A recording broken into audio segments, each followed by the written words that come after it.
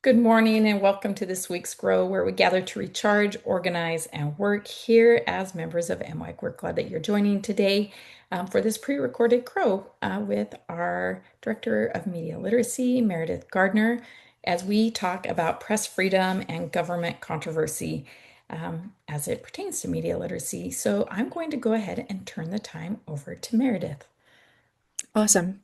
Thank you. Okay, so today I just wanted to do a bit of like an abbreviated history lesson as we move into celebrating America's 250th. I thought it would be a good idea to just take a look back at kind of the history of press freedom, and how it influenced the revolution and kind of working up to today and where we're at. And I just wanted to start out by saying that the government's relationship with the free press is inherently adversarial.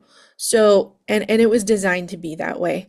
So it's interesting because it feels like the government's always fighting with the press. Every administration, every war, there's this tension between the government and the free press, and that's built into the system. This is actually an old political cartoon showing Thomas Jefferson, who is actually very vocal in favor of a free press, and he was frequently targeted as as you know as fodder for political cartoons and criticism, and he still defended the free press. We'll talk more about that.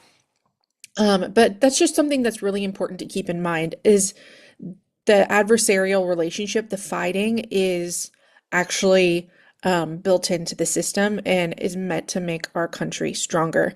And it's interesting because back in the colonial times, I think we take this for granted, but they actually didn't have the right to a free press when we were under British rule. They didn't have the right to criticize the king or the British government or laws or the governors of the colonies.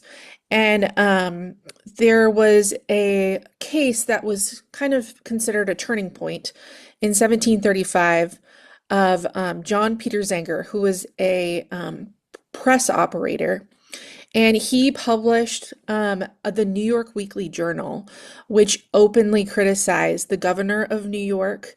And so he was ended up being charged with seditious libel, which the definition of seditious libel is the intentional publication without lawful excuse or justification of written blame of any public man or the law or of any institution established by the law.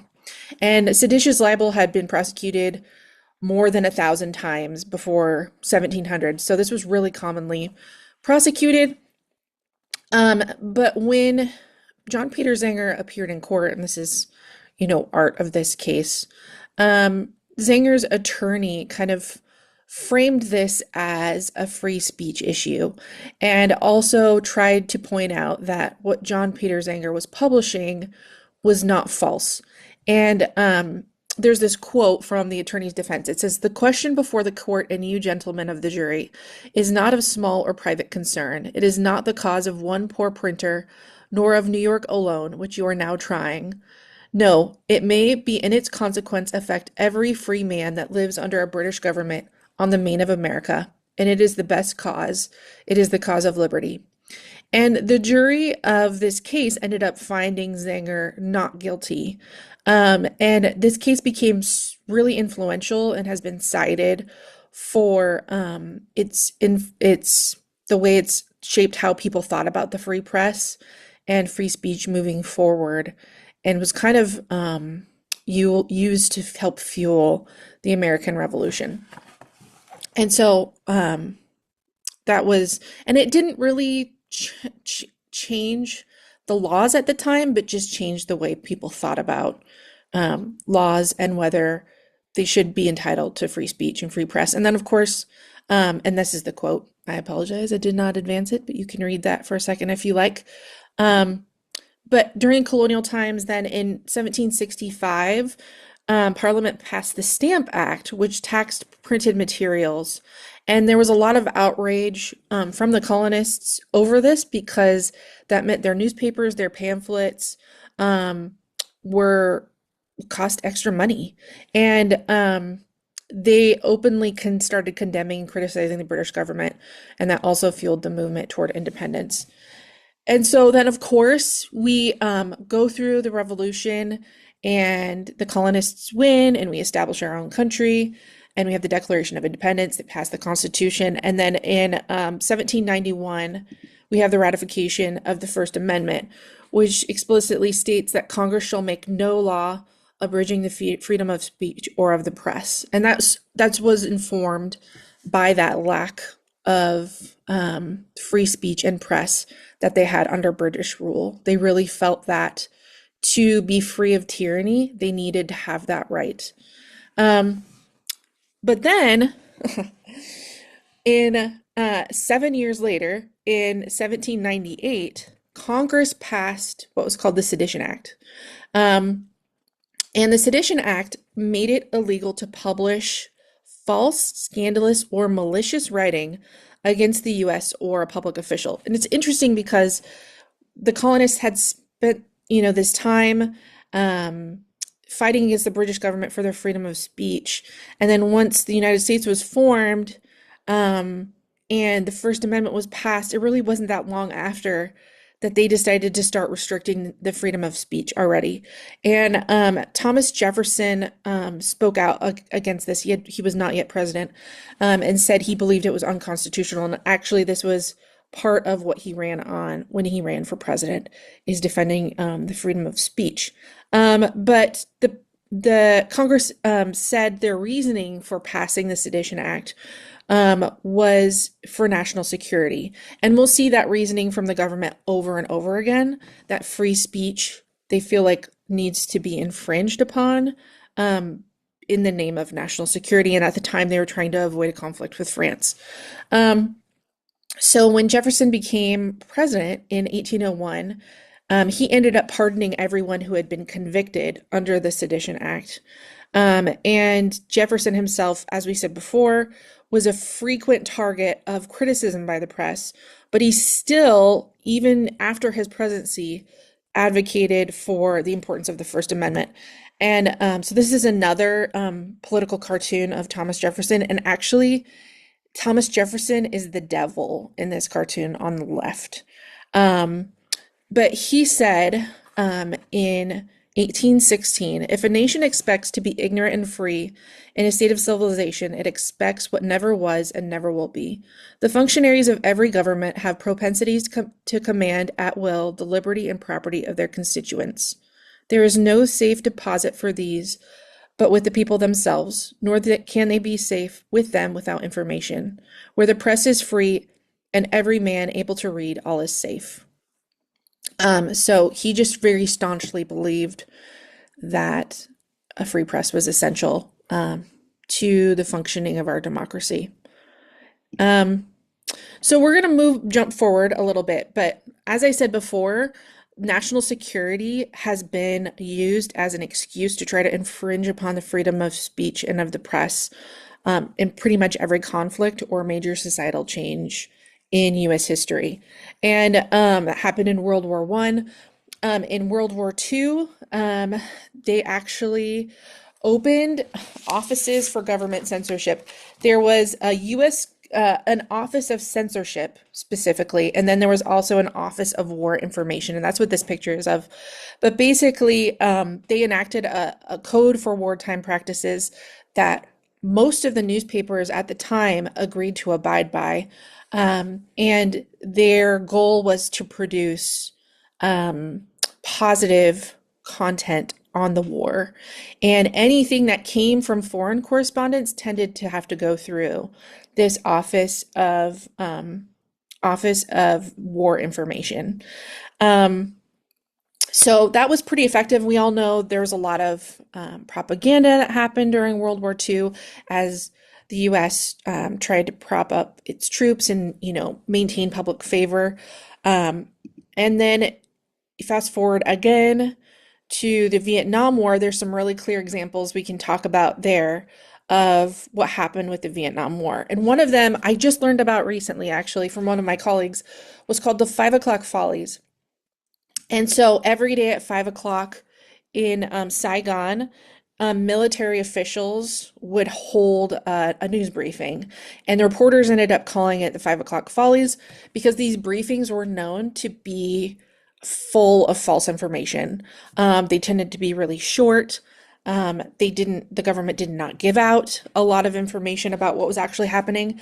And the war was falling out of public favor, and they were trying to keep what was really happening in Vietnam out of the public view. And it's really interesting because as both military officials and journalists reflected after the Vietnam War on their relationship and how it could have been different, a lot of military officials in the government um, realized that having a more positive relationship with reporters during the war probably would have worked in their favor. And so there started to be some shifts in the government in the way that it handled press during times of war, and started to be some attempts at more cooperation of embedding reporters within the troops and getting coverage that way. Um, and then, of course, during the Vietnam War, there was the landmark case of the Pentagon Papers. So, the Pentagon Papers, if you were like me, I am a millennial, and we never learned about Vietnam when I was in school. We just never got to it. So, some of you might not be aware. For others of you, this will be old news. But the Pentagon Papers was a study that was commissioned by the U.S. government that traced um, the United States involvement in Vietnam over a period of, I want to say 20 or 30 years. And it ended up being this like 7,000 page classified report that showed that the US government had misled Congress and the American people on their involvement in Vietnam for every presidency since President Truman. And someone leaked the Pentagon Papers, and the New York Times published them. And of course, the government sued the New York Times to get them to stop publishing stories about the Pentagon Papers, once again citing national security. And the case went to the Supreme Court, and this ended up being a huge landmark case for press freedom. The Supreme Court ruled that the government could not censor the press except under extraordinary circumstances. And they determined that even this case involving classified information with Vietnam and the government misleading people did not meet that bar of being an extraordinary circumstance. So that was really important. That's still cited today. And moving forward to today, um, in the last 15 years, the Obama administration was actually really known for being very unfriendly to the press, which may be surprising to some people. But there's tons of articles about the problematic nature between the Obama administration and the press. There were huge crackdowns on leaked sources and surveillance of reporters that happened by the Justice Department, raids on reporters' homes, just a lot of really intimidating things happened. And the Obama administration received a good deal of criticism for that. There was also, you might remember, like Army Private Chelsea Manning's prosecution for leaking um, intelligence to the press, and then also Edward Snowden, who was a whistleblower. So that was a really kind of difficult and demoralizing time for a lot of national reporters. And then we moved to the Trump administrations, and the free press became an enemy, labeled an enemy to the American people. And this is a famous tweet from 2017 about that. And that really set the free press up very explicitly as something that was dangerous to Americans and the government. And they got a lot of criticism, the Trump administration, during his first term about putting journalists in danger and causing intimidation, and also just fueling this notion that news can't be trusted. which is really dangerous. Obviously, the news media is not perfect, but it's really important to have that free exchange of ideas and to support the free press and criticism of the government, and to hold the government to account. I know we don't, most of us don't have time to go to government meetings or to cover Congress. And so we really rely on the press to keep us informed. And while they might be adversarial at times and make mistakes, they're not meant to be our enemy. Um, and then most recently, just in the last month, there's been a lot of escalation of threats to journalists by the administration. The FCC chair, Brendan Carr, threatened to revoke broadcasters' licenses over their Iran coverage a few weeks ago.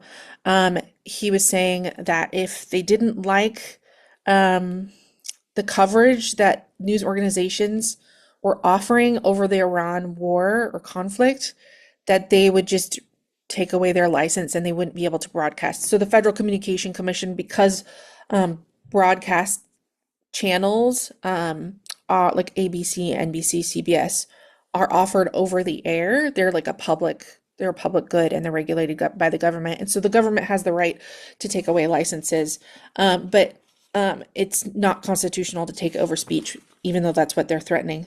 Um, and then Trump has suggested that news organizations should be tried for treason. And then we have this story that just came out today. This is a screenshot of this article from the New York Times today, where yesterday the president was talking during a press conference and said he wanted to arrest journalists over their coverage of Iran and a U.S. fighter jet that was downed in Iran, which is really dangerous. The government's trying to pressure journalists to reveal their sources, which is something that's also protected under the Constitution. But this is another intimidation tactic, and it's pretty concerning. And then you may have also heard about Pentagon restrictions. So for I want to say at least a decade, most people don't know this, but like the Pentagon has had space inside of the building set aside for journalists to cover the Pentagon. So so they've allowed major news organizations to have like cubicles or offices inside the Pentagon where they can do their reporting and writing. And that's just been a standard thing. Well, late last year, the Pentagon revised their policy and they wanted all journalists to agree to only publish stories that the Department of Defense had pre-approved. And if they didn't, they would lose their ability to cover the Pentagon. They would lose their press credentials. And so most major news outlets would not agree to that and lost their press credentials. And that case just recently went before the federal court. And we'll talk about that. We'll talk about that outcome. Um, but it's really important to note that that this is part of an ongoing pattern of restriction over national security concerns. The government's saying we're trying to prevent leakers. We've had way fewer leakers since we moved to this policy, but unfortunately, it's also led to favoring like really partisan news outlets, which is problematic. So the judge in this case actually ruled just a couple of weeks ago on March 20th that what the Pentagon was doing was unconstitutional and that they were restricting the free speech rights of reporters whose views they didn't like. And so the Pentagon was ordered to rescind its policy. And then the Pentagon decided to just kick all media out of the Pentagon. So now no media outlets have access to the Pentagon. And the judge feels like that's not really in line with the spirit of his ruling. And so that's an ongoing case about just even having access to the building of the Pentagon and being able to go to press briefings or to be able to be in secure areas where they can interview people and do their work. And I have two quotes to share for you. One is about this case is from Jamil Jaffer, who's the executive director of the Ninth First Amendment Institute at Columbia University. And he said President Trump is free to criticize news coverage he thinks is inaccurate or unfair. But the First Amendment gives news organizations the right to decide for themselves what to report and how to report it. And this is a constitutional bedrock, if anything is.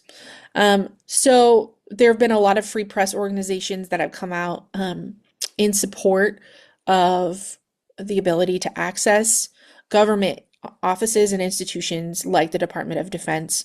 Others have become more restricted as well. And it's good to see organizations backing each other up on it. Um, I also wanted to share with you this quote from the U.S. District Judge Paul Friedman in his ruling that came out on March 20th, because I think it really encapsulates the importance of letting the press do its job and have that freedom to report and to say what it needs to say the truth, or as close to it as we can come during times of war. Um, the quote is, especially in light of the country's recent incursion into Venezuela and its ongoing war with Iran, it is more important than ever that the public have access to information from a variety of perspectives about what the government is doing, so that the public can support government policies if it wants to support them, protest if it wants to protest, and decide based on full, complete, and open information who they are going to vote for in the next election. As Justice Brandeis correctly observed, sunlight is the most powerful of all disinfectants. And that's from Judge Paul Friedman. And so, in sharing this all with you today, I just wanted to emphasize to you that, like I said before, in times of controversy, especially when it revolves around war or around being critical of government policies, um, that adversarial relationship is inherent between the press and the government. And the Constitution provides the guardrails for how the two should be interacting with one another, specifically for how the government can restrict or can't restrict the press. And it's really important as we move forward. I was just talking with somebody else about this today, that we support legacy media outlets, which are being stretched thin. Um, a lot of them have had layoffs recently and have had funding cut off, like PBS or NPR, and they're not able to have as many resources to cover all the important things happening in the government. So if this is something that's concerning to you and you want to see more coverage and you want to make sure that media outlets can hold the government to account, it's really important to do what you can to support legacy media, to take time to read it, to get subscriptions if you can to your preferred outlets. And because it's really those large major news outlets that have the ability to cover wars or to have offices overseas, and individual influencers or independent news reporters just don't have those same resources. Um, so yeah, I just wanted to share that with you today, and I hope that as we move forward in thinking about the 250th anniversary, we can also think about why freedom of speech and of the press was so important to our founders and how we can continue to safeguard it today. I do have a lot of sources and further reading for you that I can try to maybe paste in the comments, Rachel, when we post this. And if anybody has questions about this, feel free to maybe put it in the comment section on Central, and I'd be happy to try to answer. But that's what I have for you today. Thank you, Meredith. This is a lot of information, and yes, we can try to post this with the recording. And it's interesting that this comes at a time some of the independent news reporters, I guess, Hmm.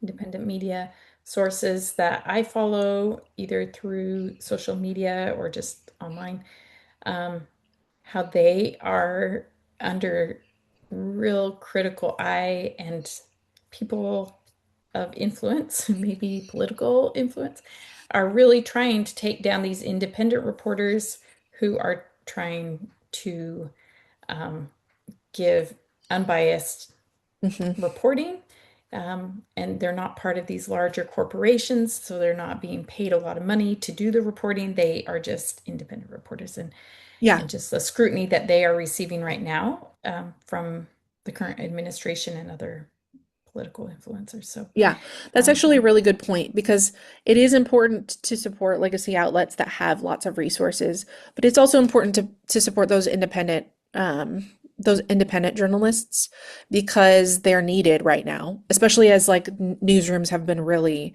decimated in major outlets. And they also don't have the same resources like the New York Times to fight back against the government censorship. Like not all, most news outlets would not have the money to pay lawyers to file lawsuits. So yeah, thanks for bringing that up because that's really important too.